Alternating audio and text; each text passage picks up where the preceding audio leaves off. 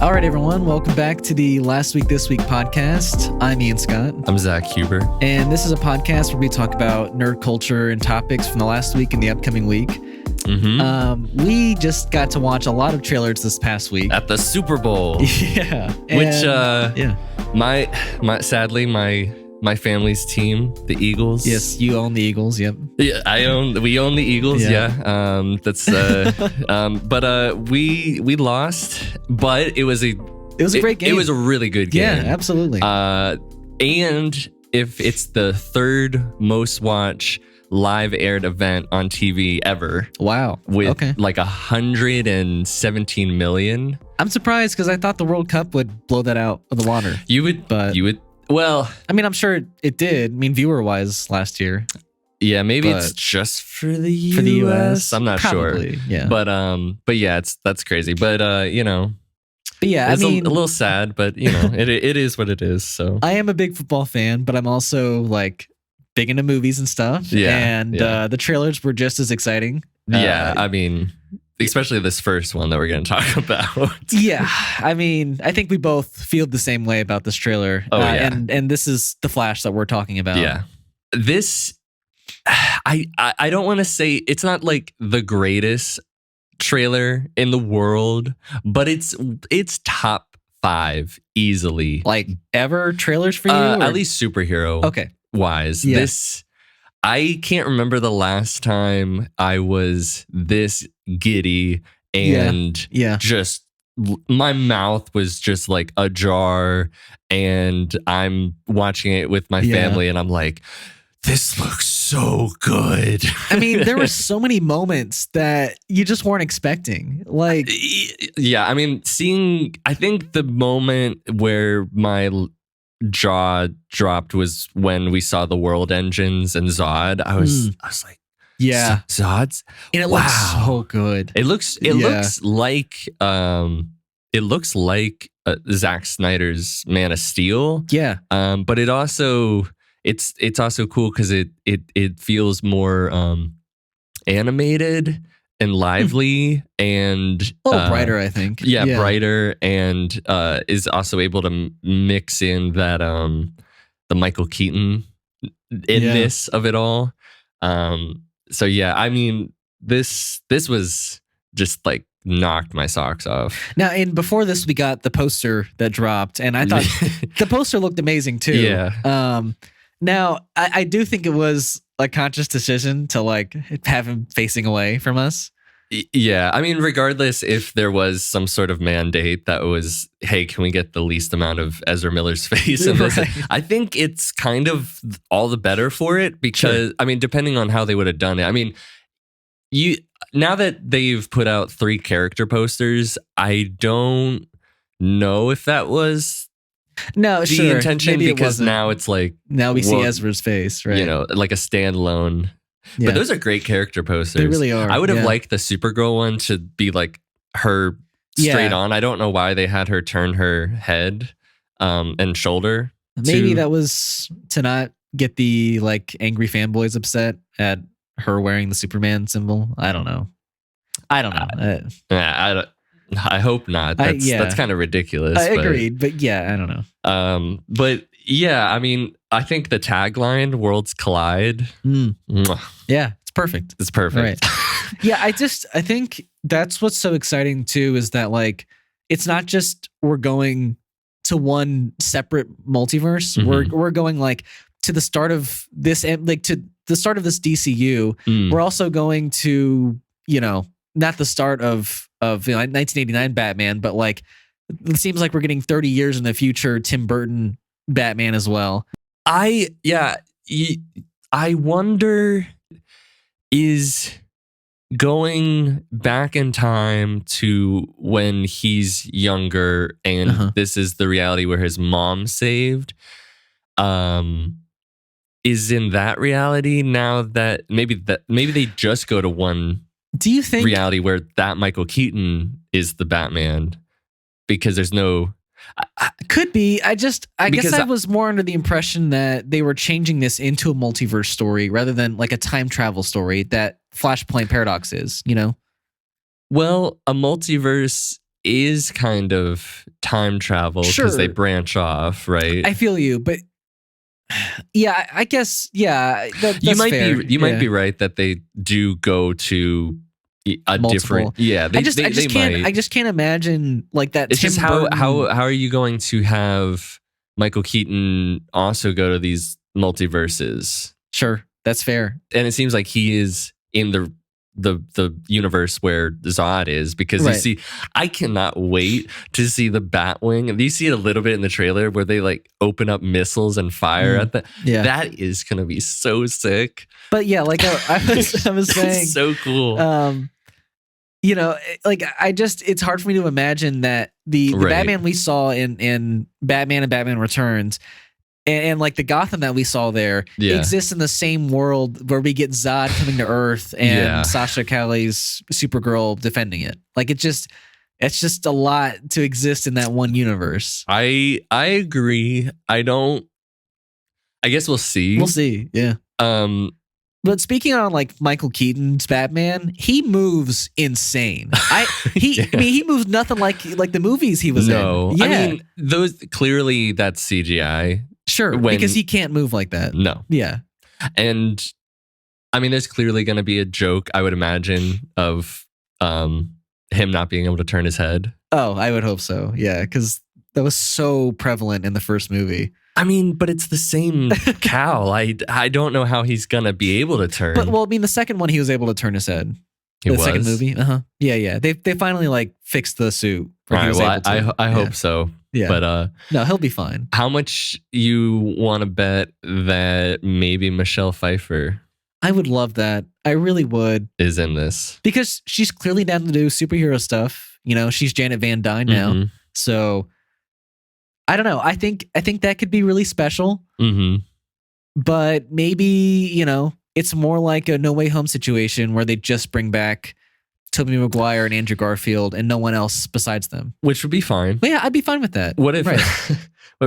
What about Chris O'Donnell as Robin? Yeah. I would hate that. I would hate that more than Catwoman returning, because it's not like he was ever next to Michael Keaton. That's true. Right? He was next to Val Kilmer and George Clooney. Yes. So yeah. Speaking of Batman, Ben Affleck's Batman has a noticeable. I didn't think that he was necessarily going to show up as Batman. I thought he was going to show up as Bruce Wayne. Well, I mean, and I guess he's. I don't know if you remember before, like all this DC drama that happened in the past year. He was saying that some of his favorite scenes as Batman were filmed for this movie. Like, I think he said like his favorite scene ever as Batman was filmed in this. Wow. So that makes me really excited for that. But I guess I was concerned that was going to be maybe cut out because of, you know, they were saying like him and Henry Cavill and Gal Gadot's cameos were being cut out of the movie. So I'm glad he's still a huge presence in it. That's really nice. Yeah. I mean, it seems to me that the opening of the movie is probably him and the Flash taking down somebody. Oh, you think they're working together? I think so. Okay. Yeah. I think that opening, that's, you know, Ben Affleck on the Bat Pod. That would make sense. The Bat Cycle. Yeah. And they meet up, and then afterwards they have a conversation. Barry's saying something along the lines of, I've been thinking like I could maybe go back in time. Like I just can't get this out of my head. Do you think they reference what happens at the end of Zack Snyder's Justice League where he actually goes kind of back in time? That's the only reason that I'm thinking that way. Because I guess that's canon for me now. Yeah, but like I know the old studio was saying that it wasn't canon, you know? Right. So where do they go from there? Yeah, that'll be interesting because depending on what they'll say is to me it's a perfect transition, you know, to like get Barry to where he's thinking about that. Exactly. Yeah. I mean that it makes sense, right? Because otherwise, off the top of my head, I don't know, but because if you said something along the lines of, I've been thinking, like, if I move fast enough, what's the possibility? It's like, you're like, so you're like, we've already seen that. Yeah. But granted, he only went back in time, like a few minutes in Zack Snyder's Justice League? Even, you know, it could have been just a matter of seconds. Right. Right. So, the idea of going back a whole, decades Sure. is, Yeah. could still It's fit massive, in. He's like, he's right. never done that before. Yeah. Yeah. So That's very fair. I also love that Ben has the Silver Age blue and gray and yellow bat suit. Yes. I couldn't believe they went with that design. It looks dope. Yeah, I mean, it looks very cool. And like him riding the bat suit with it looks great too. Yeah. Wait. I thought it was shown that he was like kind of like side to side with it. Maybe. Okay. Yeah. Right. And it's got like almost holsters. On. Yeah. So that's interesting for sure. But yeah, I'm super excited to see that. Barry has the flash ring, which you I was waiting for us to talk about that. I think it was 2 weeks ago or last week. I was like, gosh, could you imagine if they did the flash ring? And looks like I can't believe it. It made me like my jaw dropped when I saw that. And it looks good. It looks good. Yeah. But it does look like a fruit roll up sort of. Oh no. Well, you think so? I don't know. I mean, it opens up and it's. I mean, it makes sense. It's around a band. Yeah. It's gonna. I've like wondering, is it like a material that is just gonna, any clothes he has on makes it skin tight, or does he have to get out of his clothes to get into it real quick? Or? That's a good question. I mean, I don't know if you've seen how like Grant Gustin's Flash gets into his ring suit. I've only seen it from making TikToks for our. Okay, so that may be where I saw it too. But yeah, I think he just doing runs something like and that, gets into it. Yeah, I think doing something like that works, right? And just comic book stuff that's like, sure. What's the practicality of, what if he's wearing a hoodie? Like, how does that work? Yeah. I guess you throw off the hoodie real quick. I mean, he could do it. No, he could do it. He could. I mean, he's fast enough. Obviously. Yeah. I will say, like speaking of Grant Gustin's Flash a little bit, I think doing stuff like his Flash isn't a bad idea. Not like the storytelling was ever super strong in that show, but like I don't know if you saw the clip. I saw it recently where I think it's the Crisis on Infinite Earths event where like they meet each other. Yeah.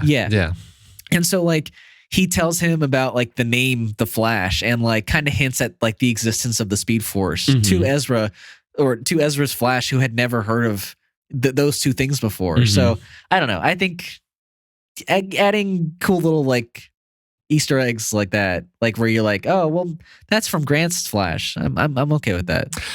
Do you think Grant shows up in some way? He could.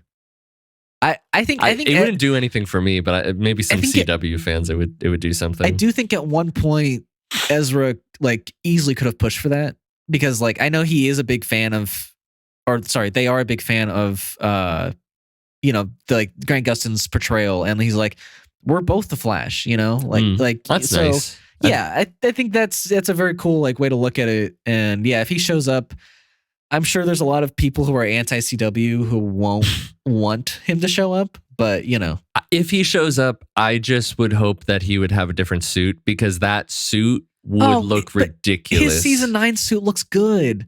I think it could hold up in this show, like in this movie. I guess I'd have to see the season 9 suit. I haven't seen the season 9 suit.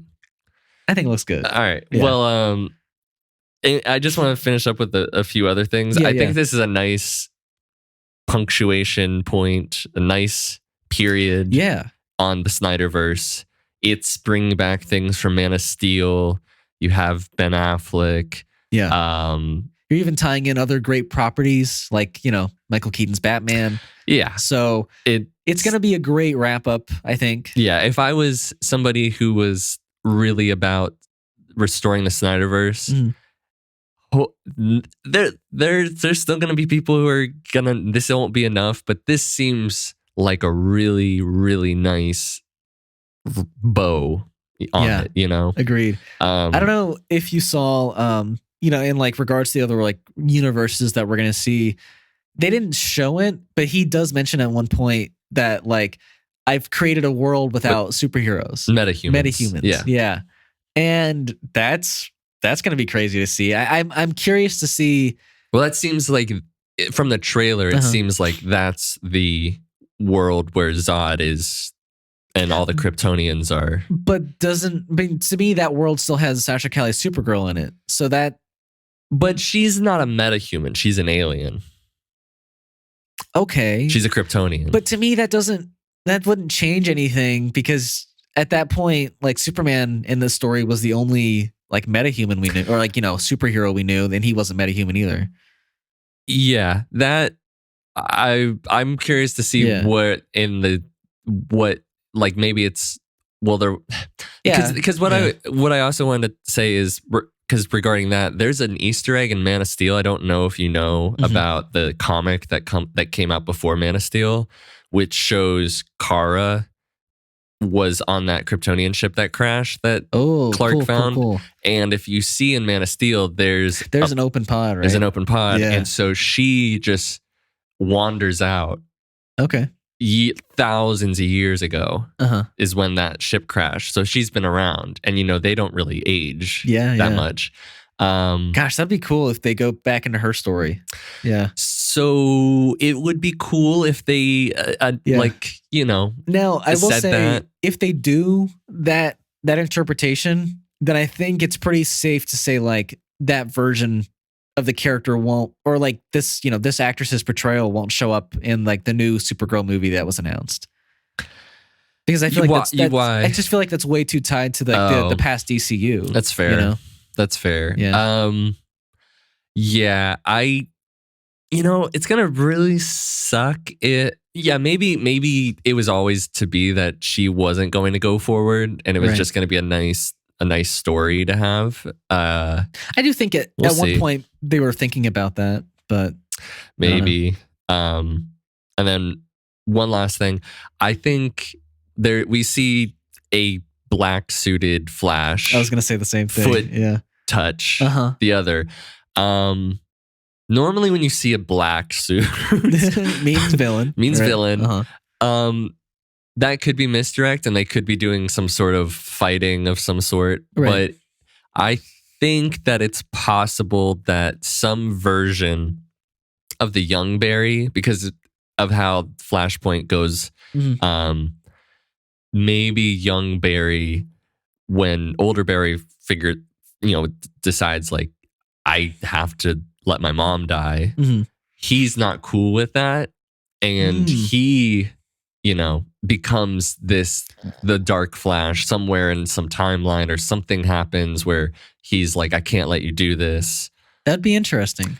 It's my thinking. Yeah. Right? I think that makes more sense. Like, this young Barry has to tie in, I think, in a very like a very important way to the story. And yeah, I think it's been clear that we haven't seen Black Flash's face. Actually, wait, isn't it Dark Flash? Well, from the toy thing. Sure, it's Dark Flash. Right, okay. Yeah. So yeah, it's clear that we haven't seen his face. Yeah. So it could very easily be young Barry. And differentiating the two, Barry's got yellow lightning, and it would seem that this young Barry has blue lightning. Yeah.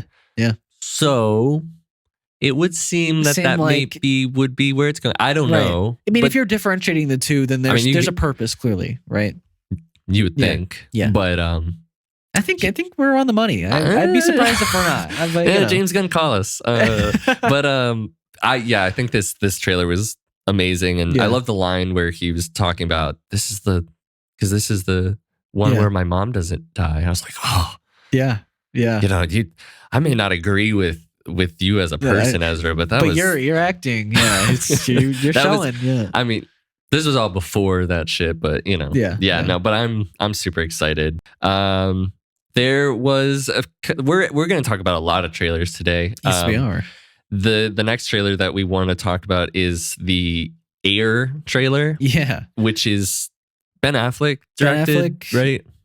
Is it? Okay. Yeah, Ben Affleck directed, starring both him and Matt Damon.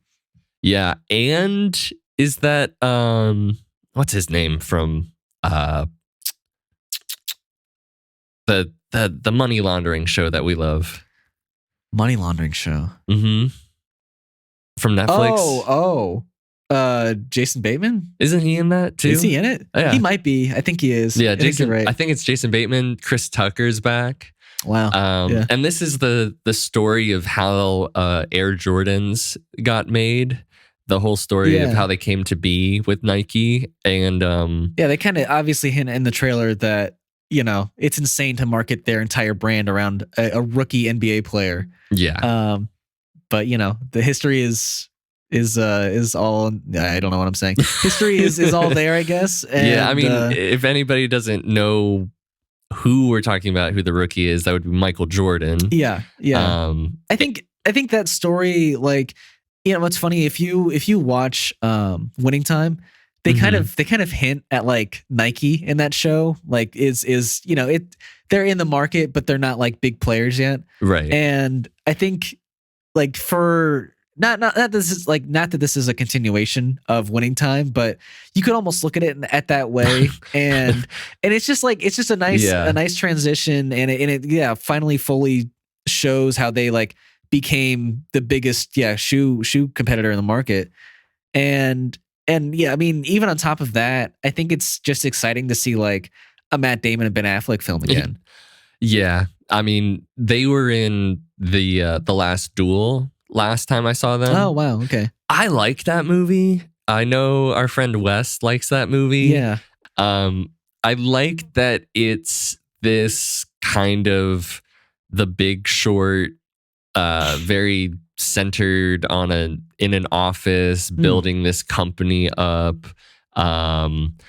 There's actor from Our Flag Means Death, who's like the guy who designs the shoe, which I love. He's really funny in that show, and I'm glad that he's in here. And I kind of don't like that we don't get to see who's playing Michael Jordan, but at the same time, it does give the feeling that he's larger than life. I mean, and who's playing his mom? Isn't that Viola Davis playing his mom? It could be. I'm gonna look it up real quick. But I will say that would be really interesting to do it that way, and I think it could work really easily. That you have this whole it's Viola Davis is playing Michael Jordan's mom. You have this whole movie centered around the marketing and the rising of Nike, but you never actually show the face of the athlete, and it's just the story around it.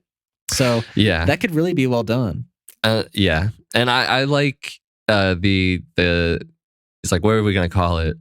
Air Jordan. Maybe it'll grow on me. It's like that's just wild to think that with every idea somebody has about the name of their band or their product or whatever, it could be iconic. It could be iconic, later, and just everybody at the time is just it's okay. Yeah. Which is kind of wild if that's true, that Phil Knight was saying this. Yeah, it's okay. Yeah, I mean, I think like on top of which is also hard to imagine that for me, as somebody who's not like steeped in basketball shoe lore, right, that there was ever a time where Nike wasn't the biggest name in shoes, Yeah, I mean, they definitely, like, again, like in Winning Time, they show that, like, there's like a whole episode where like the players are being recruited for like shoe contracts, and again, it's like they could really model it off of that, because you had Magic and you had his mom, like, being portrayed in the show, in a very similar way to like how Viola Davis is going to play that mom, like a very overprotective. Oh, yeah, right. So yeah, I mean, the parents, from what I understand, play a huge role in that's great Michael Jordan's entire career. Nice.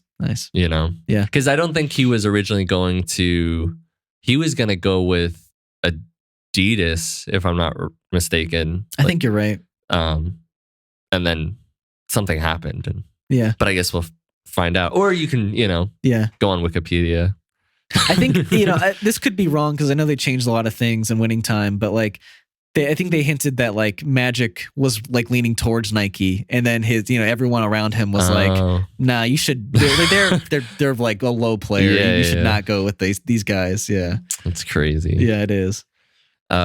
What's also crazy is there's this new movie from IFC Films called Paint with Owen Wilson. Yeah, and he's gonna be playing Bob Ross. Well, is he?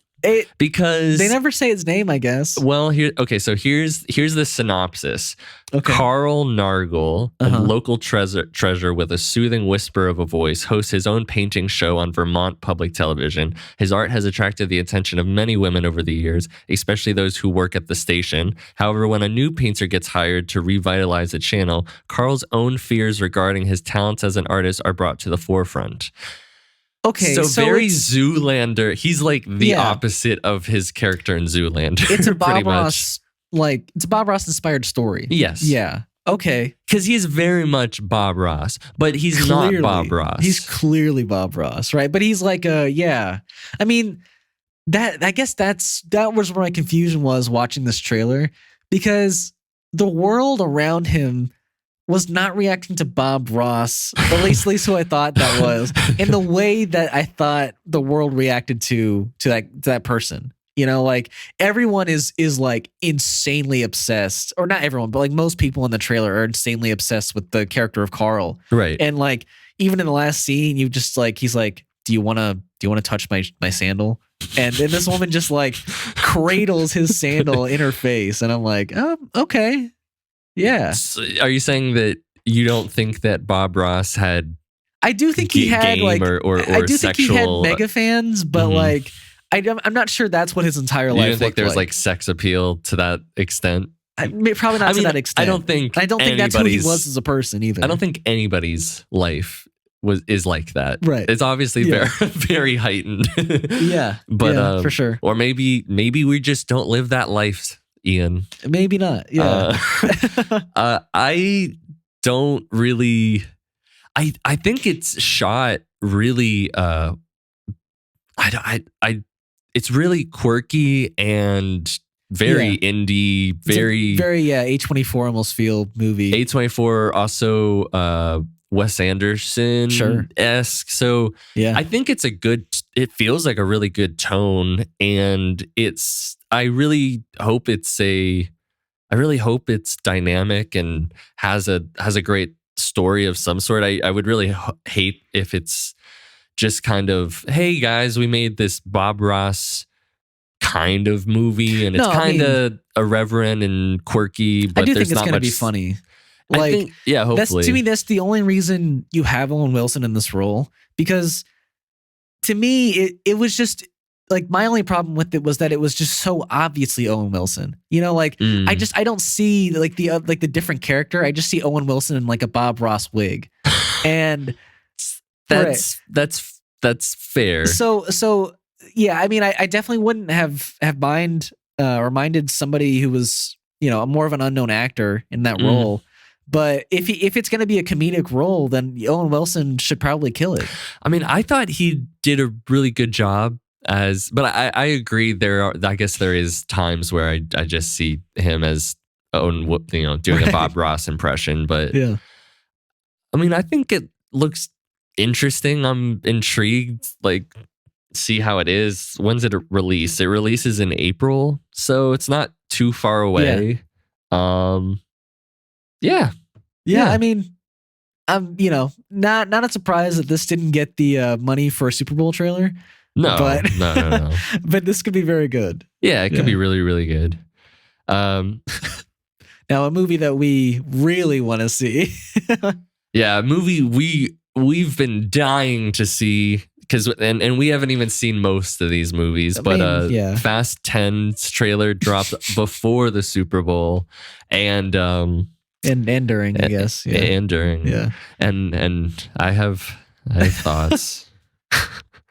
I maybe think you want to start if first. If you listen to last week's, I think I mentioned that I've only seen the first movie of this weird franchise. I've seen bits and pieces of some of the movies, but yeah, I mean, I guess just talking about the trailer, I couldn't believe that they actually started with them all gathered around a table again at Dom's home. I was like, oh wow, we're just right back to the cliches. Yeah.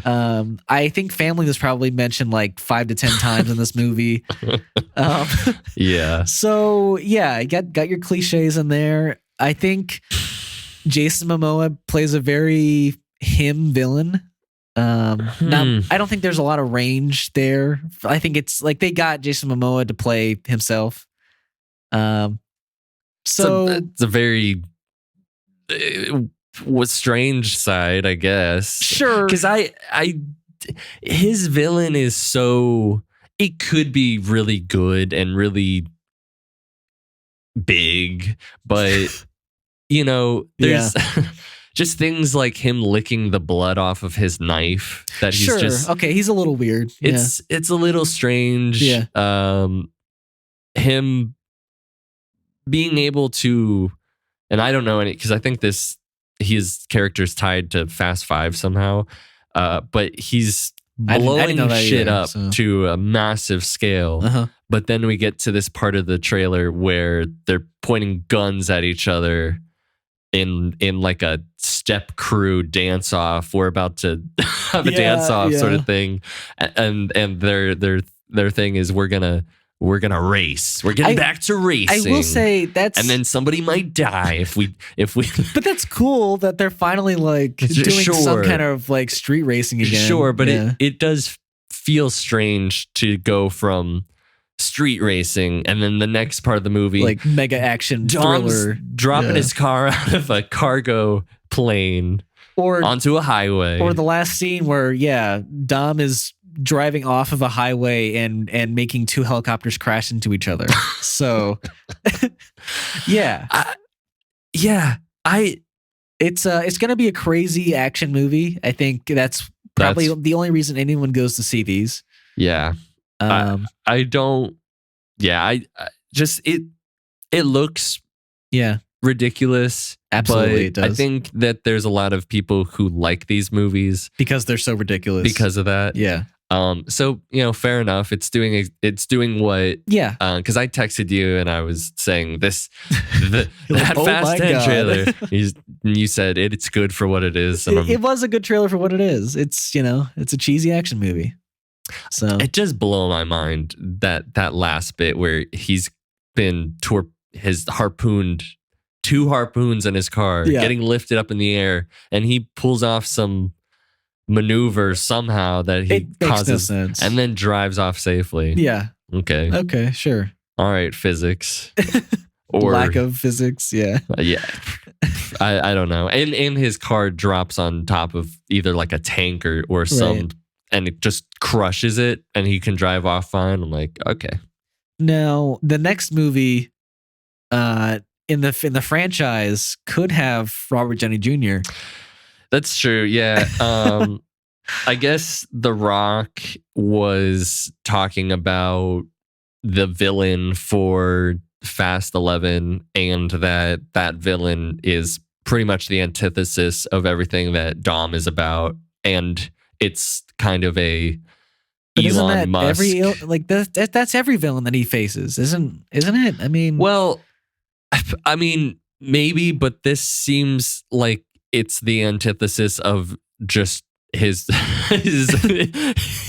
philosophy on driving, what driving is, because I guess this villain is supposed to be an Elon Musk, Tesla, self-driving sort of villain, and he's throwing out the name that he would love to have Robert Downey Jr. be a part of it, and sure he would, because he loves big name actors. I mean, sure. And I thought you were saying that Robert Downey Jr. would want to do it, but I don't think he would want to do it. It almost seems like Robert Downey Jr. is being typecasted as but that's fine. I mean, sure, for sure he's being typecast because Tony Stark. Vin Diesel has no freaking imagination. Well, let's not say that he has no imagination. It's just, it would be a cool pick. If they got Brie Larson, like, she's having fun with it. Jason Momoa is having fun with it. I'm sure Robert Downey Jr., especially, what was that? Dr. Dolittle did not do very well for him. I'm sure he would love to be in a different role that's not Iron Man and have fun, you know. But I mean, he's an Oppenheimer. He's doing serious movies now. So why would he go to Fast 11? But he did serious movies with The Judge, and that still didn't do that great. You know, back when he was thinking maybe I won't continue in Marvel. I don't know. I think I think it's interesting that we're gonna end the Fast 11 franchise on a potential Elon Musk, self-driving car. They haven't said Fast 11's the end. They did. Did they? They said that these will be the last 2 Fast movies. Now, that's not to say that they won't have maybe a spin-off like a Hobbs and Shaw 2 I don't think The Rock is ever coming back to this franchise. No. I think somebody had even mentioned that the fact that Jason Statham is in that Fast X trailer is like a clear indication that they don't, which I don't understand any of that. Because I've never seen the movies. But apparently having Jason Statham is like, that's a fuck you to Dwayne, apparently. So I mean, they did a movie together. So that's Hobbs and Shaw. So I'm assuming that's why. Like, they're going to bring him back, but they won't have Dwayne come back. I guess. I mean, all I heard, I mean, I don't think Dwayne Johnson has any ill will towards like Jason Statham. I just know no, it's just Vin. Right. Yeah. Like him and Vin Diesel. But the fact that they're bringing Jason Statham instead of... Well, I don't think it's instead. Like, I think they wanted to bring both of them back because like both of them are a part of like the Fast family now. Right. But you can bring one back without the other. It's just I think they were just like, well, I guess we'll just bring back Jason without The Rock. I think they're just kind of picking the pieces up where The Rock is kind of leaving them. Yeah, I mean, I would argue that it seems like it's more Vin who's been the issue. Like I think The Rock wants to be a part of it, but I really don't think he does. I think the main reason is Vin. Yes, and I think if Vin Diesel wasn't a part of this movie, he would be like, okay, sure. Yeah. But, I mean, he's going to be a part of it regardless. So he's not going to want to do this movie. No. Yeah. So I don't know. Whatever. Also, John Cena's in there for like a quick bit. I was like, oh. Yeah, he was the last movie's villain, wasn't he? Yeah, so that's Dom's brother. So I think he's a good guy now. Yeah, like all the past villains are good guys. Like Jason Statham was a bad guy at one point, and now he's one of their friends. Yeah. So yeah. Family. What else? Okay. Yeah. Indiana Jones Dial of Destiny trailer came out. One that I was very much looking forward to. I didn't think we were gonna get it. I was really hoping we would, and I'm very happy with this trailer, even though it's like a 30-second spot. Yeah, and I guess I was hearing some rumors that this trailer wouldn't include his goddaughter as much, and I think I guess it didn't. It really didn't. She was in there for like a scene or two at the most. And I don't even remember seeing her, to be honest. Yeah, and because isn't that Marion who's in the plane and she's like, I'm here to rescue you. Is that Marion? No, that's his goddaughter. Oh. Yeah. That's the one scene I'm talking about. Oh, okay. Yeah. Never mind. But yeah, I think like the rumors have also been that like they've been doing some reshoots and that it could be in relation to that character and that the character isn't like testing super well with audiences. So, yeah, I mean, I'm curious to see if that's, like why this trailer was released how it was with her not as much in it. That'd be an insane amount of reshoots. It would be. Yeah. But it's not like Disney and like Kathleen Kennedy have shied away from doing stuff like that. Right. But I mean, I guess we'll have to wait to see the movie, but it would seem like she's a central part of the movie. So I would be surprised. Maybe they're just reshooting scenes to make her seem more likable, is what you're saying? It could be. Yeah. Oh, okay. I mean, I'm not saying they're like taking her out of the movie completely or anything like that, but yeah, I don't think you could do that. No, for sure not. But yeah, I mean, this feels like Indiana. Yeah. Like it feels like old Indiana Jones, just with newer cameras, and he's a lot older. But yeah, I think the action works super well in both trailers and in both like his young CGI self and the young old self. CGI looks really good. It looks great, and the way they were able to transition, like him putting the hat on his face and like it being older Indy after, wasn't it like older Indy afterwards? I think so. I'm gonna trust you. I just they're gonna do it very well. I do still hope it's not time travel, and that they just keep flashing back to his old self. I hope that's the case. Then what is the dial? I don't know. Because what does a dial do? What is a dial? I know what a dial does. I'm scared, Zack. I don't want time travel in this movie. I mean, why are you so opposed to it? Because you're like, time travel in DC, cool. Time travel in the MCU, cool. But as soon as it comes to Indiana Jones, where we've had an Ark of the Covenant, here's my with thing. The power of God. Here's my thing. Those are cool movies because they're adventure movies. To get to the what are those called? Like the plot device, like plot device. Sure, I can't think of the actual name for it. The MacGuffin. There it is. Oh. So to get to that point, and that comes at the very end where we see people's face melt off and shit like that. But to have this thing like fair enough in the central part of this movie where we're getting time travel like back and forth potentially is a lot. I think that if there is time travel, it will be old Indy going back in time. I don't think that it'll be a young Indy. I think the young Indy stuff is clearly flashbacks. I agree. Like, whoa. Couldn't the time travel work in a way to where he's inhabiting his old body? Couldn't that just be him? Well, no, if you're going back in time. I guess like Back to the Future. I feel Marty McFly's himself back in time.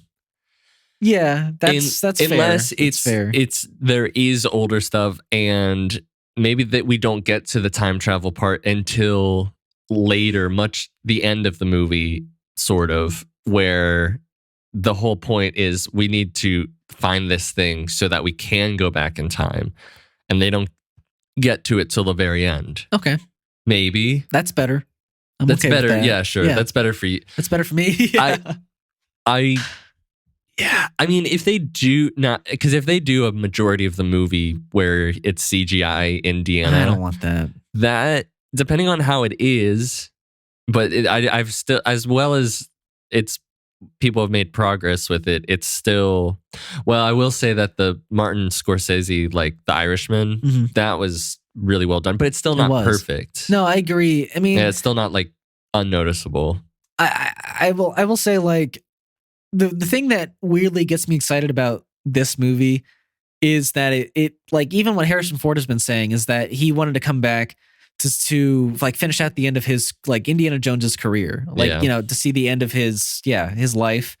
And I want to see a continuation rather than us like going back in the Indiana Jones timeline and like messing with it. You know, I don't necessarily want like things to be fiddled with. I want us to see this NASA story that they were kind of talking about, and to see a Nazi kind of villain in the late 60s. I think that would be super cool. Even though it's an 80-year-old Harrison Ford, I think that would be cool. I don't think that they're going to retcon anything like that. I don't think that they're going back to make a whole plot of a movie just to fix Kingdom of the Crystal Skull. Yeah. That would be ridiculous. Well, yeah, I mean, that would be the only movie to you know, excuse that kind of the plot device for. Exactly. Because it was so bad, but you know. As a kid, I liked it. You like Kingdom of the Crystal Skull? Yeah, as a kid. Oh no. I was into it. Yeah. I wanted the Lego sets of them fighting the Russian Kate Blanchett in the jungle, and getting the guy covered in fire ants, and like, it was really cool seeing that first trailer where Indy's back and he cracks the whip and Shia LaBeouf's down in the the pit. I feel you. There's some like small cool things about it, but yeah, I don't know if you've watched it recently. No, I haven't watched it recently. Yeah, it's pretty rough. You know, seeing the truck fly off and land on giant branches and going down is that's, even before that, you mentioned the fire ants and like they literally like made a double helix to like move up to like get somebody. You know what I'm saying? Like yeah, that's pretty insane. Yeah. I like the line about I don't know. Are you still a Nazi? That was best line of the trailer for sure. That was great. Yeah. I'm excited to see those two have like a back and forth. Him and Mads Mikkelsen. Yeah, for sure. That'll be cool to see. All right. Big part, probably the biggest segment I would imagine besides the Flash trailer that we're going to talk about. Yeah. Kevin Feige had a sit down with Entertainment Weekly. And so we're going to talk about everything that he talked about in this article. So I guess we'll start with just from top to bottom, the first things he says all the way down to the bottom and kind of give our takes. So first thing, he talked about Quantumania and that they always wanted to explore it. They were. Oh, sorry. I was going to say they were, saying in like they were looking back at like, or while they were making the Ant-Man movies, they would see glimpses of like the quantum realm and be like, oh, there's a city like in this distance, and there's like a civilization over here that we can explore. And I think they've been wanting to explore this for a long time. And I think he also said, I don't know if it was in this article or somewhere, might have been on the premiere carpet. I watched a video where he's talking to Marvel interviewers and said that Paul Rudd was actually the one that suggested, why don't we have a movie like down in the quantum realm? Really? That's cool. So if that's to be believed, Paul Rudd's partially responsible for this new movie coming out. Yeah. He also said that Jonathan Majors was the highest tested, like screen tested villain that they've ever had. So when they did screen tests, he did really, really well. And I guess regardless of the Quantumania score that's out right now, he is by all means the best part of this movie. Apparently, then that makes me very excited that there's at least like a strong performance in this movie, even if it's not a great one. And I guess we'll say like the Rotten Tomatoes score that's out there right now is at like a 55%, like over 100 reviews on the movie, I think. Yeah. So it got us a little worried, but I mean, Eternals is the lowest rated, and I like that movie. All my friends bash me for it, but I like that movie. So maybe I'll still like this movie. Maybe. Yeah.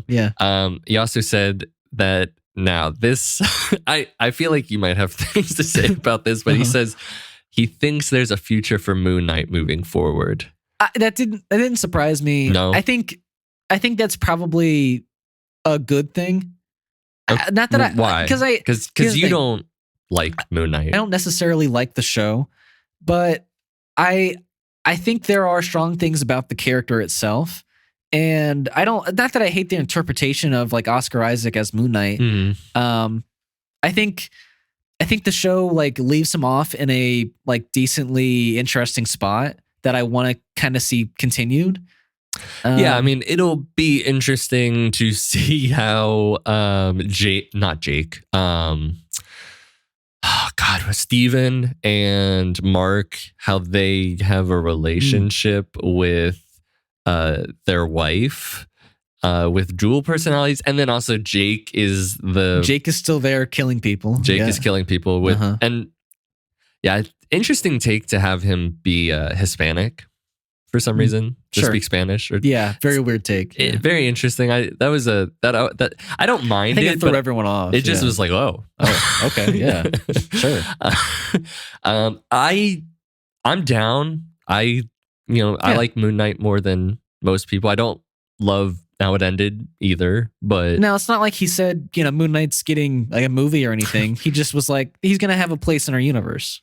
Yeah, I'm intrigued to know where that is. I'm gonna assume it's somewhere along the lines of fitting in with Blade and other darker characters like that. Sure. Let's see. He says he wants the shows and movies to have more time to shine, so there will potentially be less and or spaced out shows and movies in the future. Now, this was my favorite part of the article. Yeah, I think that it made me so happy to see that we're going to get a scaled back version of Disney Plus at this point. I'm predicting it's going to be 2 shows a year, and then to be like 6 months apart at least, since we've been getting 3 shows a year. And I think that's super smart. I think we were getting way too much content in phase 4, and I think the content suffered because of it. And I think I know why that he's saying this. And because Bob Iger's back? Is that what you're thinking? Yeah. Because I think that there was a mandate put out by Bob Chapek that agreed. There was to be a certain amount of movies and shows to come out. Right. And obviously phase 4, it seems, has kind of suffered. It's been like the least received phase by audiences, I think. So I agree that this is really good news. Absolutely. I just thought this was funny that there's 31 flavors at Baskin Robbins and Quantumania is the 31st movie. Yeah. Weird. Going to experiment with more episodic week-to-week episodes with shows. Yeah. Which he talks about a particular show that we're gonna get up to that they're trying that out with. I don't necessarily know how I feel about that, because I do like a season-long mystery. I think that's like kind of a cool thread to follow. So if we're getting episodic, I think there still will be. Mm-hmm. I don't think that it is at all going to be just week to week.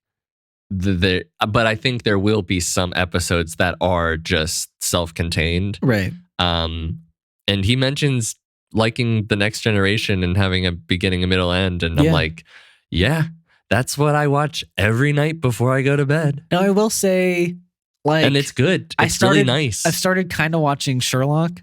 Oh, I love that show. I've seen the first 2 episodes so far, and those have been great self-contained episodes, but while tying into a larger story. Yeah. So, sure, if it's like that, then perfect. Dude, isn't Sherlock? It's really good so far. Yeah. It's so good. He knows how they're going to and when they're going to introduce the mutants and X-Men. Okay. Is cool. Yeah. They're coming.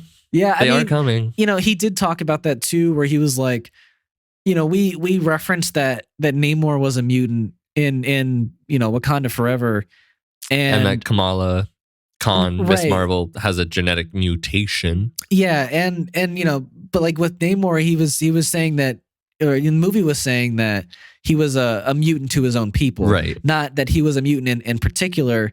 And I think he kind of wanted to make that clear in the interview. Yeah. But that obviously mutants will still be coming. Yeah. And I think Kamala Khan is clearly one of those.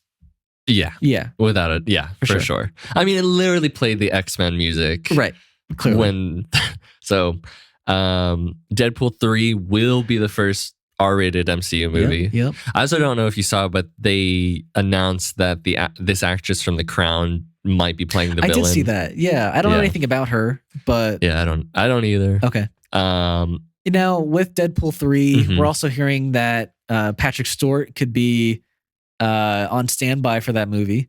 I guess they literally told him to be on standby. Right. So that I'm gonna guess, I think it's definitely for Deadpool 3, I think, because that he's gonna be in it. Right. I don't see him coming back to the MCU again. I mean, I guess he already did for Doctor Strange. Right. But to me, I think it's gonna be a special moment. Like they both like finished their they thought they were finishing their careers of these characters out with Logan. Yeah. I think they might want to share that moment again with this movie. Considering that, I guess, at one point they both held the record for like longest time playing a superhero on screen, and now I guess technically Patrick Stewart has it again with Doctor Strange. Wow, that's cool. Out of these 3, do you think it's a cameo? So we're talking, I don't know, like a couple minutes, or a 2 minutes, a cameo, small role, or in a good amount of the movie. I'm feeling small role. That's not cameo. That's where I was thinking too. I think a cameo he would be down for, I think, but I don't think Hugh would be like in love with that for those two characters, for him to just be a super small part in Deadpool 3. So yeah, I think it makes sense for him to be a small role, even if it's like a comedic one, because I think Deadpool 3 will be comedic, like from wall to wall. Yeah. I don't know. Yeah, it'll be very cool to see. Yeah, I think there's not a doubt that he's gonna be in it. I mean, you don't just say stand by. Yeah, and they're about to shoot pretty soon. So, yeah, that's great. He was being nice to James Gunn, saying the DCU is in good hands, which is nice to. I mean, they both like each other. I think he said that like a week after James Gunn was announced as the co-head. So, yeah. This I thought was. I mean, it makes sense, and I'm kind of still trying to wrap my head around what it means, but the Marvels picks up directly after Captain Marvel in story, but not the timeline. Yeah. Which it makes sense, but I'm just kind of trying to wrap my head around. I guess that means that there hasn't been any major events that have happened between the Kree and the Skrulls since then. I think that's that's in probably the fair to like say. 30 plus years since that movie took place. I mean, and I don't think it'll be hard to pick up like 30 years after Captain Marvel, because you were technically able to do it like that with Captain Marvel and Infinity War. You basically were just like, oh well, she was off in space doing space stuff, right? It's just interesting that. Because it's been a minute since I've seen that movie, but it's just interesting that you have this. I don't know. You have the Skrulls, this faction of Skrulls living on the Earth peacefully, and then she's. I'm assuming going off to deal with Kree, like bad Kree people at the end. Like I forget why she goes off. To me, it's just there's a bunch of other civilizations out there that also need her, right? Wasn't that? I guess. I don't know. I mean, sure. I mean, I guess it makes sense. They don't really ever explain why she does go off again. I guess not. I guess that was kind of just a MCU thing of like, well, we can't have her around on Earth. Yeah. And it was also interesting that similarly with Secret Invasion, that they both pick up after Captain Marvel in the story, but they're both vastly different types of stories. That made me really excited, honestly. I'm so excited for Secret Invasion. I'm glad that Secret Invasion, like they're not just kind of blowing past like the Skrulls being on Earth back in the 90s. Like I think that's going to be a huge tie-in to the movie, I guess it is now. Secret Invasion, a movie or a show? Is it a show now? Yeah. Okay. Yeah. I mean, it's literally going to be evil Skrulls. Yeah, and we're getting to see even older Nick Fury now, which is going to be great. Yeah. You know what pisses me off a little bit is that we got Nick Fury in space at the end of Phase 3. Exactly. And then we never saw him again in Phase 4. Yeah, weird. What the hell? I hope they talk about what the fuck he was doing there. I mean... How much you want to bet he shows up in the Marvels? Well, I would hope so, but I mean, I guess he might not. Yeah. I think he might. Now I do think, a little off topic, I do think where he was at was like a sword base. Yeah. But they also haven't mentioned sword since WandaVision. So and Monica, tying into this next thing, the Marvels is apparently all about Kara, Kamala, and Monica. But I think they really said that it's really about like Kamala Khan. Like she's like the star of it. I think he said that she really shines. Okay. I don't know if I would say that she's like the star, but right. I would say that she. Yeah. I guess he said she's doing really now, like she really shines. Feige made some really big comparisons to this movie. Like he said he got the same chills in this as like like with the three of them standing together as like the Avengers did in the original Avengers, which is crazy. I think that's great. I don't know if maybe audiences will feel that way. We'll see. We'll see. I think he's just such a big fan Sure. Of the comics that something like that is akin to seeing the six of them on screen together at the same time. That's fair.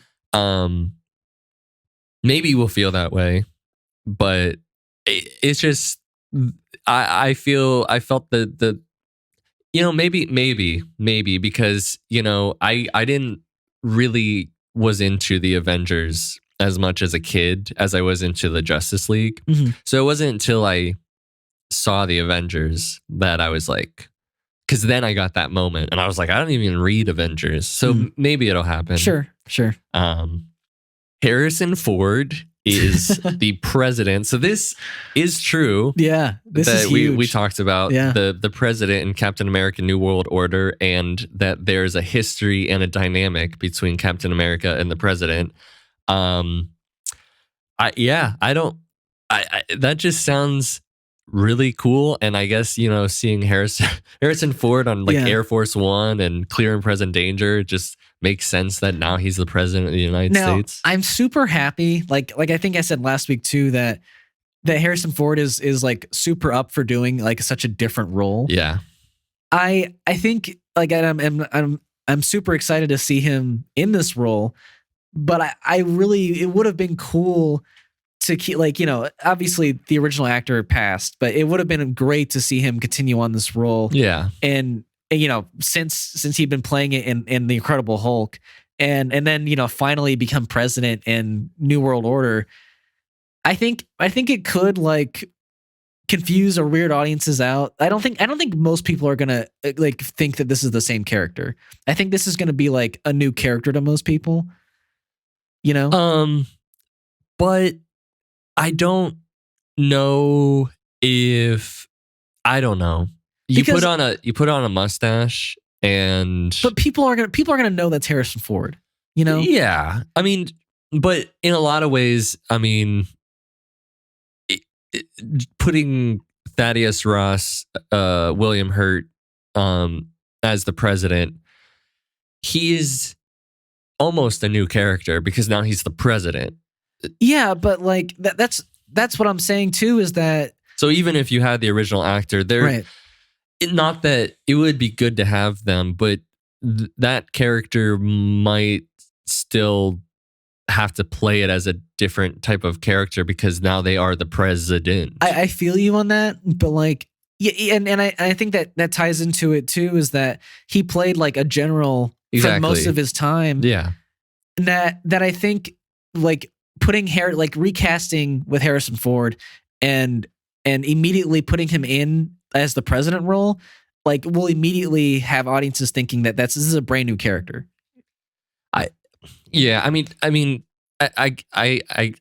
guess this is just something they have to deal with. Yeah, for sure. And I get it. Like they didn't want to just scrap the character because he's clearly huge in their plans. Like he's the president of the United States and the leader of the Thunderbolts. Like that's huge. Again, my feeling on the Thunderbolts is he might be a part of it in a team sense, but I almost think of it as he's a Nick Fury of that. Exactly. Yeah, sure. He's put them together. Now it's a little egotistical to say you're my Thunderbolts. It's like if I was like you're my Hubers, and it's like that's just weird. That's weird. Yeah. I guess if you have a cool enough last name, like Thunderbolt, yeah. But though I guess that's not his last. That's his nickname, isn't it? That's his nickname. Yeah. It's weird. And speaking of Thunderbolts, I guess Bucky is the de facto leader of the Thunderbolts. That makes sense. He's clearly, besides like Black Widow's sister, I think he's like clearly the best person at this point and probably the most qualified. Yeah. Yeah. I mean, I would have maybe thought, I think Yelena will probably be almost the titular main-ish character. Agreed. But Yeah, it makes sense that Bucky's it's just interesting. Yeah, because everyone else. But that really says something that that's what Kevin was saying is it really says something about this team. Yeah, that, if you have Bucky as like well, I guess he's the leader. Yeah. Yeah.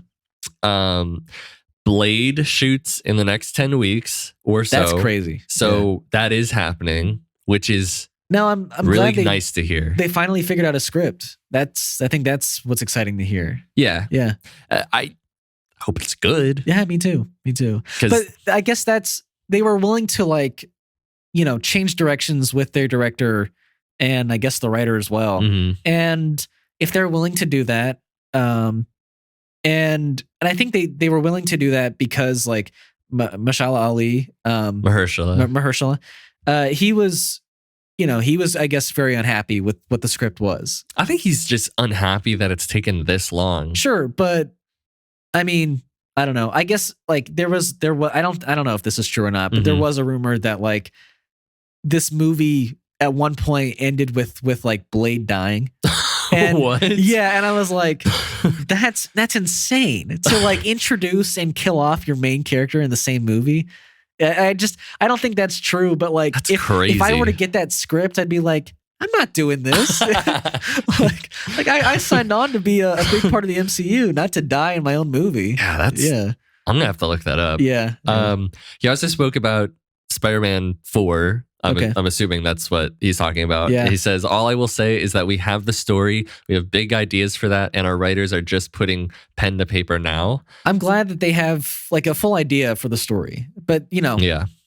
I think... I'm just glad that Spider-Man's still going forward. Yes. I think there was a lot of talk from the main 3 Spider-Man actors that they were we're pretty happy with the trilogy we made. We don't need to come back.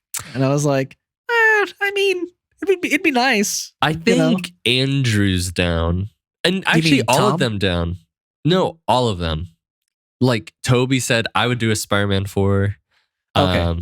I think Andrew's said I would still love to play the character. You think they would come back? I'm not saying for Spider-Man 4 in the MCU, but maybe in some other Sony stuff potentially. Yeah. I mean, do you think that they're not going to try to bring them back somehow? Not for Spider-Man 4. No, maybe not for Spider-Man 4, but yeah, I do think they'll be around probably for Secret Wars. Yeah, either that or one of them might be the Spider-Man in the Sonyverse. Yeah. I don't know. I wouldn't hate if Andrew was. Yeah, I would.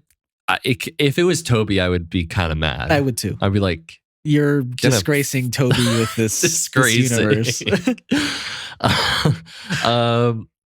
And speaking of the episodic storytelling that they want to experiment with, that show that they're going to do it with apparently is Daredevil. Born Again. I mean, you have enough episodes to do it. It's finally the first MCU show with 18 episodes instead of 6. I'm cool with it. Yeah. I think it was surprising, but now that he said that that's the one, it makes sense because there is 18 episodes and the idea of a show with a full through on each episode is a continuation of this larger story. It makes sense to have episodic, and it would be kind of cool. Maybe one episode's just going to be a court case. Yeah. Yeah. And then another one's just a one-off villain. And then eventually it ties in to a greater story later on. Or just eventually we'll get back to an episode that continues the story. Sure.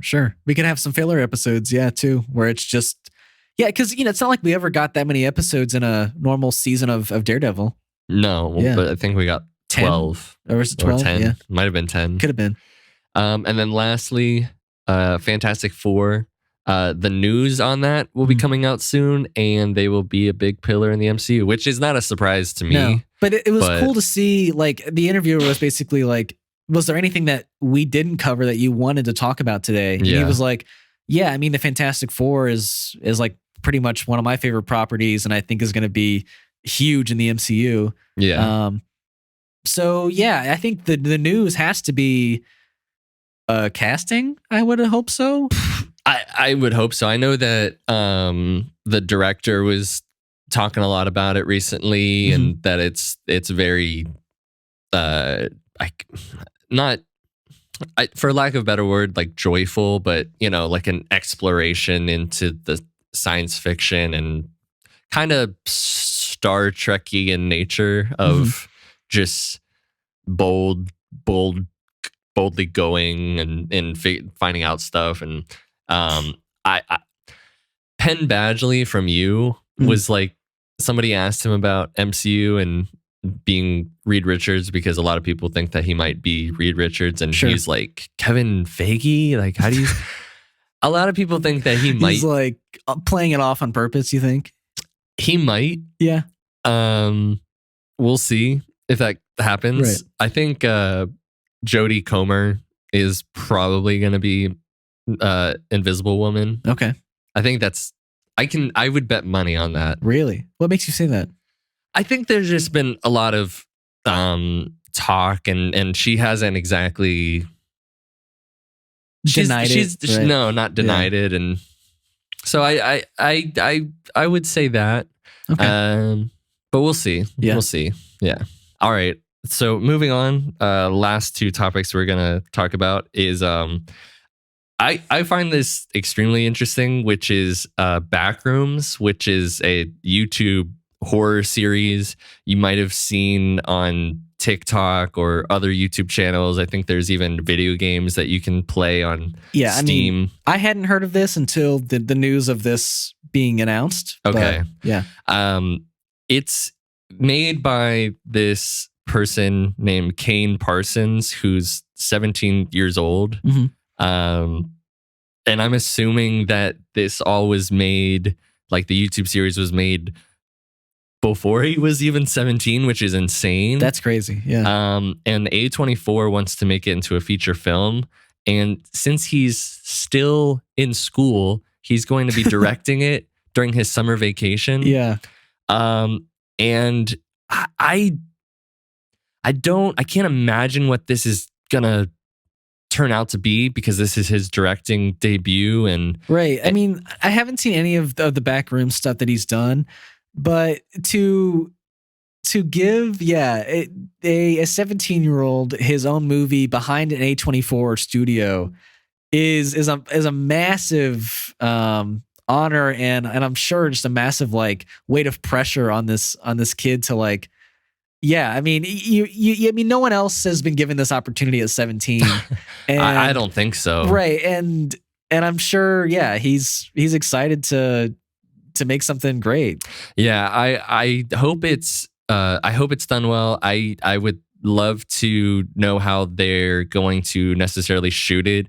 The whole, from what I gather, the point of Backrooms is, and I don't know if you've seen it on TikTok. Have you seen it? Or? I've seen bits, like little bits of it. Like if you go on TikTok, sometimes I get recommended these Backrooms horror series where it's you're just walking through these corridors and there's creepy shit that's following you and you got to run through it. Or like they're going around the corner.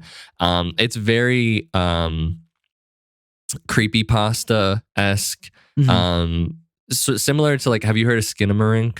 No, I haven't. Okay, so Skinamarink is a very lo-fi horror movie that just recently came out, and it was shot for $15,000. Wow. So it's extremely lo-fi, and there's a lot of people that really love it because of how experimental it is and grainy, and but there's an equally amount of a lot of people who are like, this movie sucks. Oh yeah. Okay. Because from people I've talked to about it, they were in the theater and the sound mix will be dead silent for like 20 minutes, like nothing, and it's just. It's like the same shots and it's really dark and grainy, and then it's just like really loud all of a sudden. Great. But I think the appeal is first of all, the DIY, just we made something for $15,000 and now people are paying to go see it in a movie theater, and you can do other stuff with that. But also that creepypasta has been these really grainy messed up images that is what makes the creature or the character creepy to begin with. Mm-hmm. So I'm hoping that this is shot in a way where it's not so surgical and clean. Yeah, you want it to feel like some kids just got a camera out and yeah. I mean, I'm really interested to see how they'll make a story about it, because from what I understand, it is really just these. Is it like one-off stories basically, or I mean, if you can even call it that, like a story? Yeah. I mean, it's literally you're in this. And I mean, it is creepy. It's these back rooms behind things, and there's like these long corridors where anything could be creeping out. And it's almost like brightly lit, but I just think it's super interesting, and I can't wait to see how it turns out. I mean, I'm sure they're also expecting that this is going to be like not a huge production budget. Yeah. I'm sure. Same way that Pooh, Blood and Honey, and the mean one were shot on low budgets, and they're probably because I think Pooh, Blood and Honey is coming out this week. Is it really this week? Wow. Yeah. Okay. That's gonna make its budget. It's gonna make well over it. And same thing happened with like Megan and Smile. Sure. So this is just a good time to be in the horror business and shooting it for low and making a ton of money off of it. Studios are realizing that you get a cool like horror movie concept.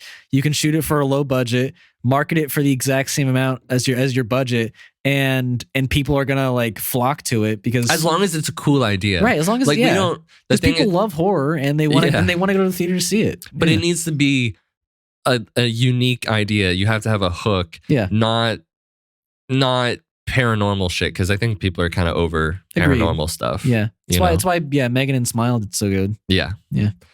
Do you want to talk about Sympathy for the Devil, or you want to move on to? Yeah, we can talk about that real quick. That was announced really recently that there's a movie called Sympathy for the Devil.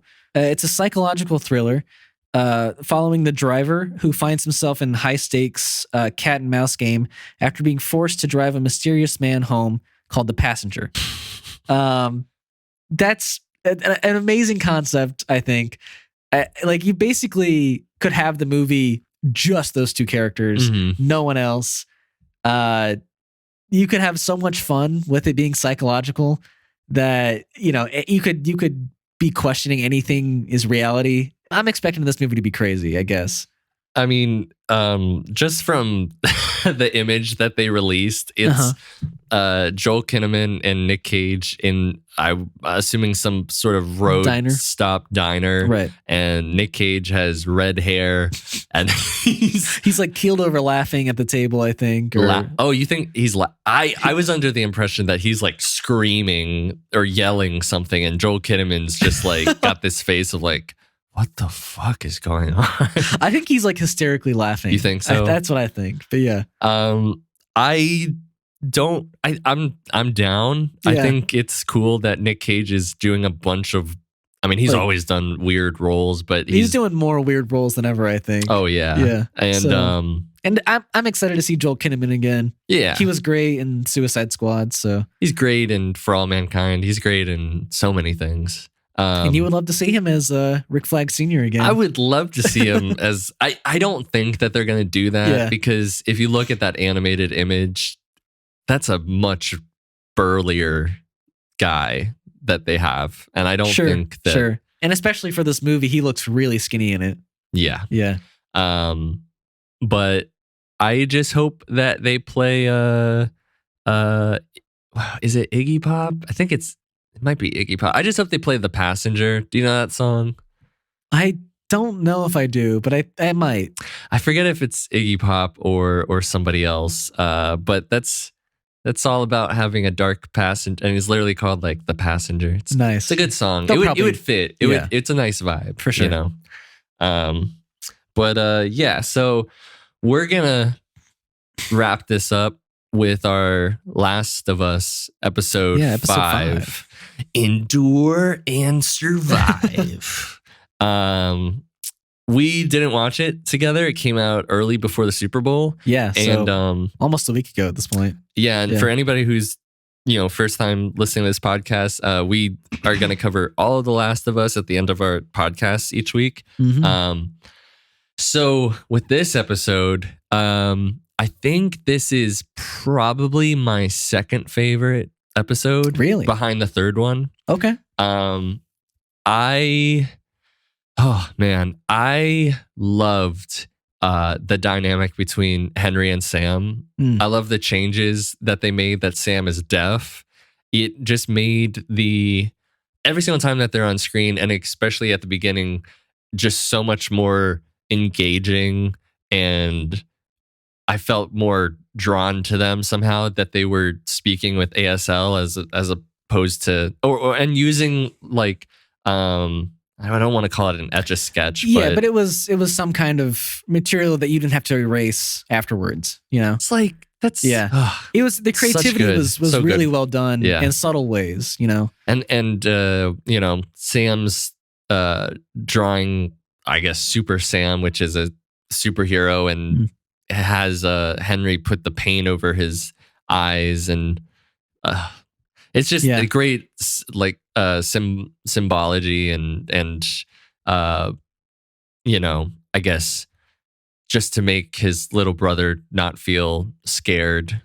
Now I think I equally loved Sam and Ellie's relationship. Oh my God. That was that was really well done. Also, these will be a spoiler review. Oh yeah. I don't think we mentioned that. But clearly they had a bunch of great scenes where they were playing together in the daycare.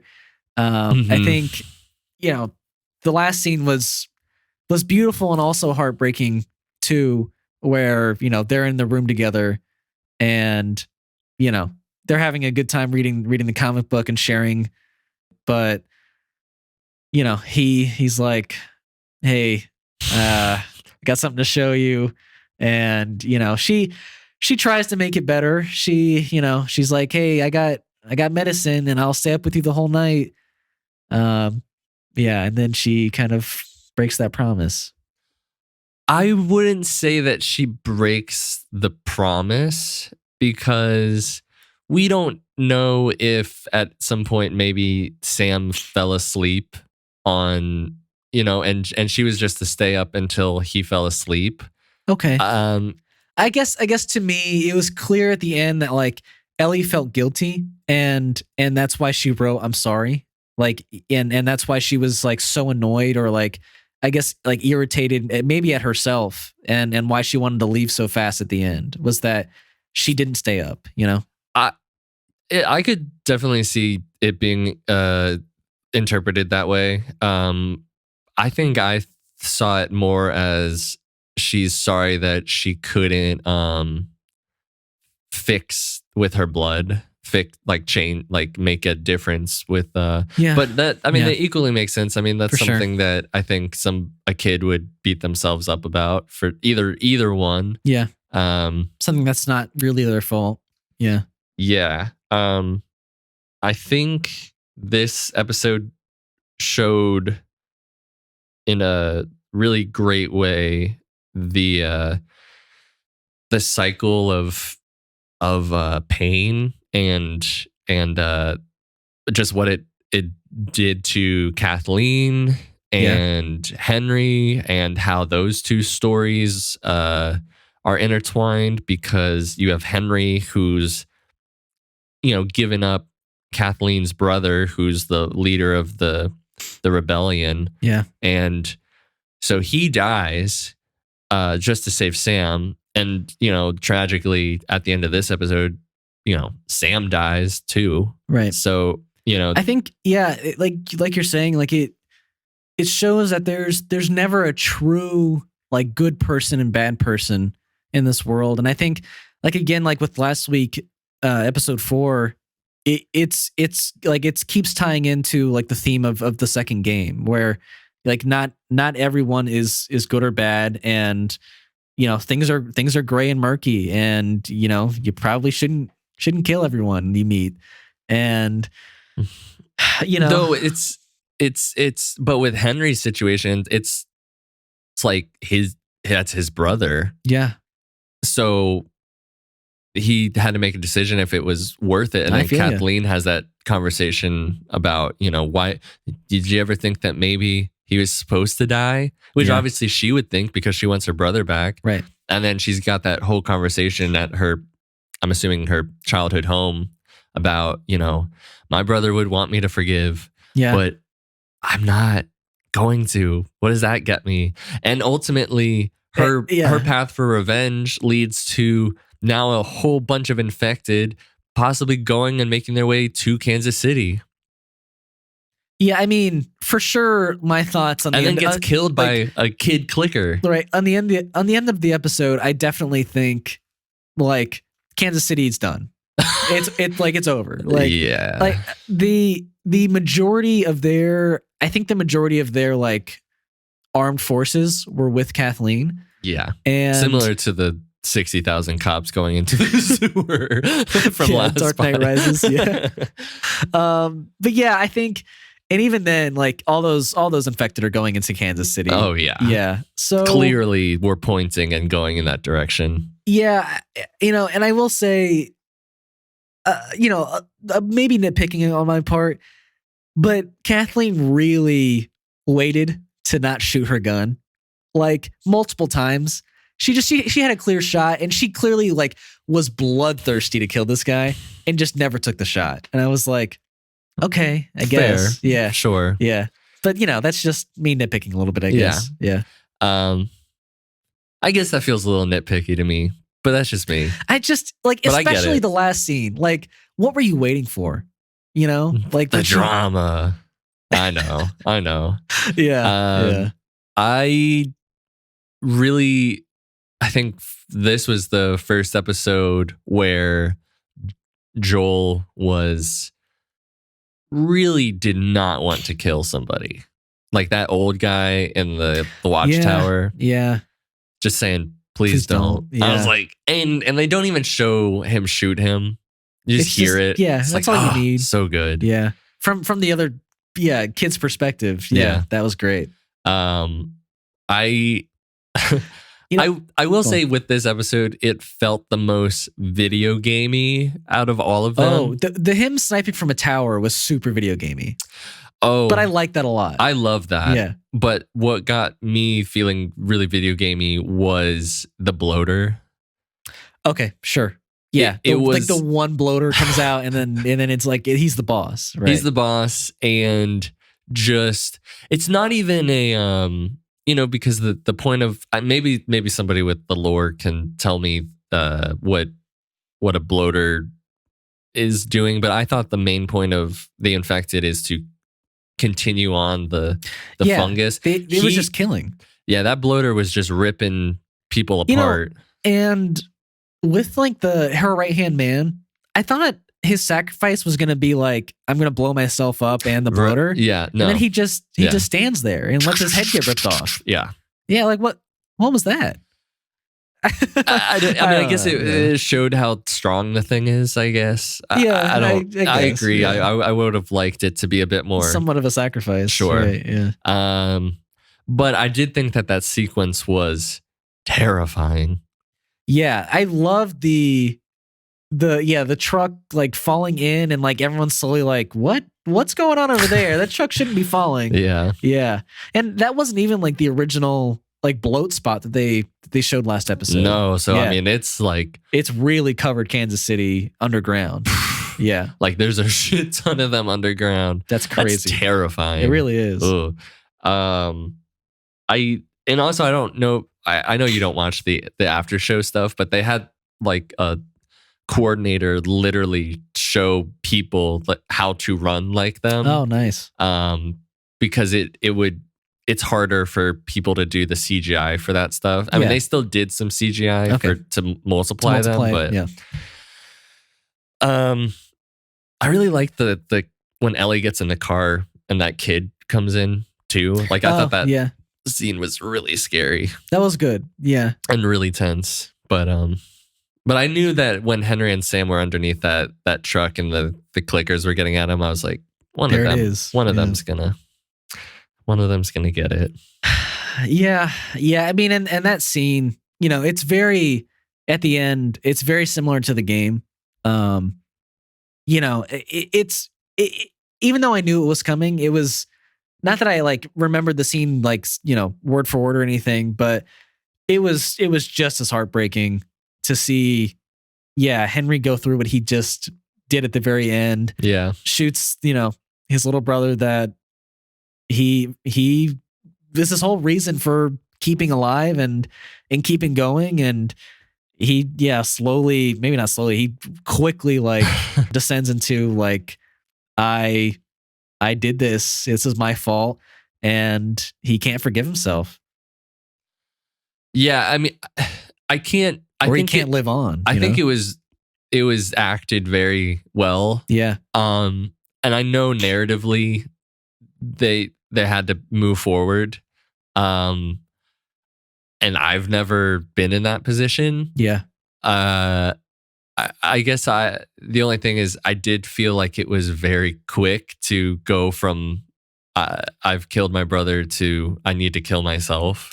I mean, but I get it. Yeah. But it was a really quick thing that I was just a little like feeling a bit strange about. But that was it. I will say it's not that scene. The only thing they really changed from the game to the show was that I think like after he shoots Sam, he points the gun at Joel and is like, "This is your fault." Oh. Like he yells it to Joel like a couple times, and Joel's like, "This is no one's fault." And then he quickly goes, "Boom." And and you're like, "Oh, okay. Yeah." So it like to me that like I think they both do really well like versions of or there's really well acting jobs being done in both of those scenes. I think what's really interesting about like the video game one is that it almost feels like he's quickly going through like every situation like oh, this is your fault though, right. This is my fault, it's just like trying to figure out like what just happened or like trying to explain it. And I think you kind of see that with the TV show one. It's just more introspective and more like self-blaming than the other one. Yeah. I mean, I thought that he would potentially shoot Joel. Sure. Like I didn't really know how that was going to go down. Yeah. So that was past where you played, is what you're saying. I think it's been a while, but I think I got up to there. Okay. And then that was it. Okay. So now I have no idea. Now you have no idea. No idea. Nice. I have no idea where this goes. To me, I will say this, like the second half of this show, and I think, it'll be showing the second half of the first game is my favorite part of it. So, okay. We'll see. We'll see what happens. Yeah. Excellent episode. Excellent. Yeah. Okay. So at the end of every podcast, we kind of go over stuff that we watched, and if it's worth recommending, we will. Yeah. I'll start off with I watched the Harley Quinn Valentine's special. It was so good. Oh gosh. It might not be for everybody, because it really pushes things. But this was one of the best episodes that they've ever done, hands down. Okay. You got Bane as a skyscraper, almost building tall length, naked Bane who's just super horny. So he fucks buildings and they fall down. Great. Sure. Yeah, that happens. But and the whole episode, he's like, I don't want to be alone on Valentine's Day, but all of the people I meet on Tinder can't use grammar properly. so like one of the main things is he's really upset that instead of transitioning on Tinder from it, they'll be like, anyways, like he's like, it's not anyways, it's anyway. It's so stupid. But so there's shit like that.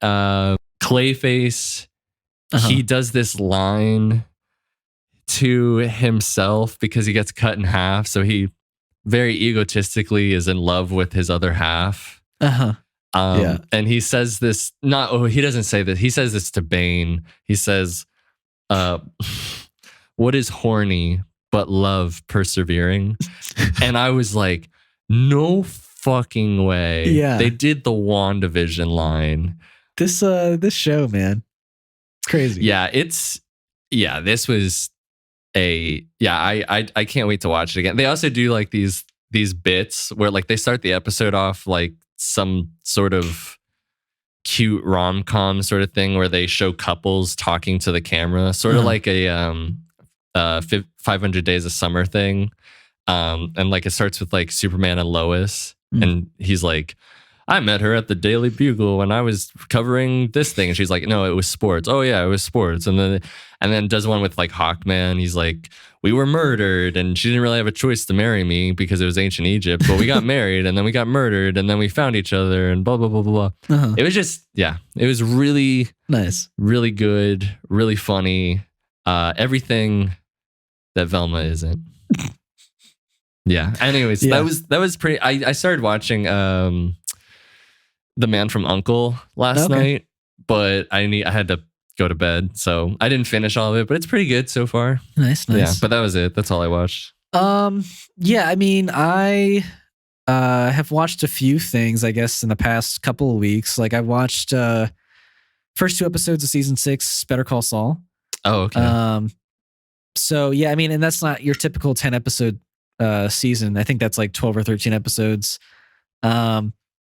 Yeah, all I'll say is the main villain is clearly about to go and, do insane shit this season. And is it Tuco? No. Okay. Yeah, you haven't met this guy. Okay. Yeah, I think there's still a lot of catching up that Saul has to do to get to where he is in Breaking Bad. So. Oh, okay. Interesting. Yeah, like, I guess, like, the way me and my friends have been feeling is that like he should have hit some of these milestones a little sooner, like I don't know if you care like about spoilers about what he has and what he doesn't at this point. I can hold off, but yeah. So I've also I mentioned I watched the first 2 episodes of Sherlock. I think so good. Yeah, that's been great. Like they've been like literal movies as episodes. I've actually was thinking about watching it again. Nice. Because I forget how many seasons there are. There's 4. I don't love 4. Okay. But it is a nice ending in a way. It's just a little weird. Yeah. But yeah. But I mean, those 2 are fantastic together already. Yeah. Yeah. Benedict Cumberbatch and Martin Freeman. Yeah. I'm excited to see more of the villain Moriarty because you really haven't seen any of him yet. Oh, you'll see him in the next episode. Oh, wow. Okay. Yeah. Well, yeah, I guess season 1 ending. Yeah, you're like, okay. And that ending, oh man, I can't wait for you to. Oh man, okay. Yeah. I think the only other thing I've been watching. Oh yeah, I did finish House of the Dragon for a second time. What? Yeah. I mean that's been more than like this past week, but yeah. Wow. That was pretty great. Watching it again, I'm not gonna lie. There's a lot of little things that, like, not understanding the world of it like fully originally. Like I guess the world, like 190 years before Game of Thrones. There's just like little like family things I didn't realize with like certain characters. Like this character's related to this character, and like. And so it's cool seeing like those things happen early on in the season, and then like seeing the characters actually like come into the fold. So there's just little things like that. I think it really doesn't. It's really a show that when you pay attention, it really pays off. It really does. Yeah. So I definitely recommend a second watch. I know you want to. So I mean, I've watched every episode twice, pretty much. Wow. Okay. When it was coming out, you did a second watch. I will watch it again. I will, but I think I might watch Andor again before I do House of the Dragon, because Andor feels like a show to just really binge. Yeah. Not that House of the Dragon isn't, but it's just Andor is something that I am really interested in watching again. Nice. And I have songs this week to recommend real quick. Lost by Linkin Park, which is that's an old song that they discovered they had again. Yeah. Okay. Because they have Meteora, the 20th anniversary, which makes me feel old. But this is a song that if you liked old Linkin Park, this song is amazing. Wow. And it's like Numb, but just a little bit different, but it's mwah. Nice. And there's Swing in a Dream by Squid, which is post-punk. It's great, experimental. Cowboy Nudes by Geese, which is like Van Morrison meets LCD Sound System. Okay, it was Valentine's Day the other day. Yesterday. So Silly Love Songs by Paul McCartney and Wings. Such a good song. It is. Yeah. And then Since You've Been Gone by Rainbow, because I know you didn't watch the trailer, but it was in the Guardians 3 trailer. And it's really, I thought it was a Journey song because the guy's voice sounds like the lead singer of Journey. Oh, nice. But okay. Yeah, really mean, I will say to the audience, we didn't talk about Guardians 3 today because I am a very big Guardians fan, and I just didn't want to expose myself to more footage. and I want to enjoy this film as much as I can when it comes out. Yeah. So, well, those song recommendations will be in the YouTube link and also our Instagram link tree in the bio. So check them out there, or just look them up after I said them. But yeah, that's gonna be it for our episode today. This week for episode 8 of our Last Week This Week podcast. No, episode 9. Episode 9. You're right. This is episode 9. Wow, I got it wrong at the beginning. And of this. I got it wrong at the end. But yeah, thank you all for watching very much. Actually, for listening, because this is a podcast and not a video. But if you want to follow us on any of our socials, we're at Last Week This Week Pod on Instagram and TikTok and YouTube. And if you want to listen to us on places that are not YouTube, we are on Apple Podcasts, Spotify, and Podbean. Yeah, and in our links, we'll have links to our social medias and is, like you mentioned, links to your music.